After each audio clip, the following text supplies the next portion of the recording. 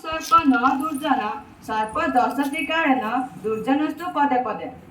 Shop और दुष्ट व्यक्ति मध्य साप अपेक्षाकृत भल खराब नुहे, मात्र साप आमको बेले बेले कामुड़ी थाए, दुष्ट व्यक्ति आमर प्रति क्षण अनिष्ट करिथाए। अभिवादनशील से नित्यं वृषभसेविन चत्वारि तस्य पद्यन्ते आयुर्विद्या जशबलं। जो व्यक्ति प्रतिदिन सकाळु उठी गुरुजनक सेवा करिथाए तार चारोटी जिनिस वृद्धि होइथाए, से दीर्घायु विद्वान यशस्वी शक्तिशाली हुए।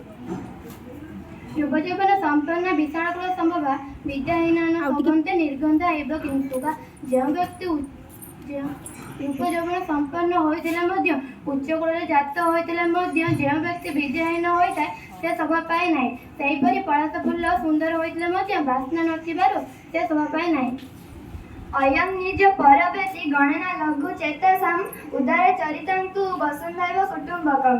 छोट हृदय लोक माने पर निजर गणना करिथांती, उदार चरितांग लोक माने सारा विश्व को परिवार बोली भाबिथांती।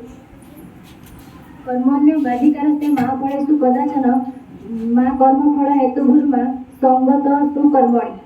वेद विहित कर्म करिबारे तुमर अधिकार अछि, किंतु कर्मर फल तुमर अधिकार नाही। निजको केबे भी तुमर कर्मफलर कारण रूपी विवेचना कर नाही बा कर्तव्यहीन प्रति आकृष्ट हो नाही।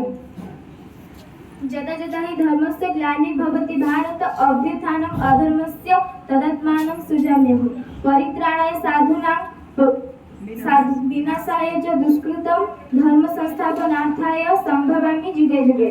हे अर्जुन, जो समय धर्मर अवक्षेप एवं अधर्मर वृद्धि हुए से समय मु निजर रूप सृष्टि करिथे, अर्थात साकार रूप में लोक सम्मुख में प्रकट हुए साधु पुरुष मानू उद्धार करने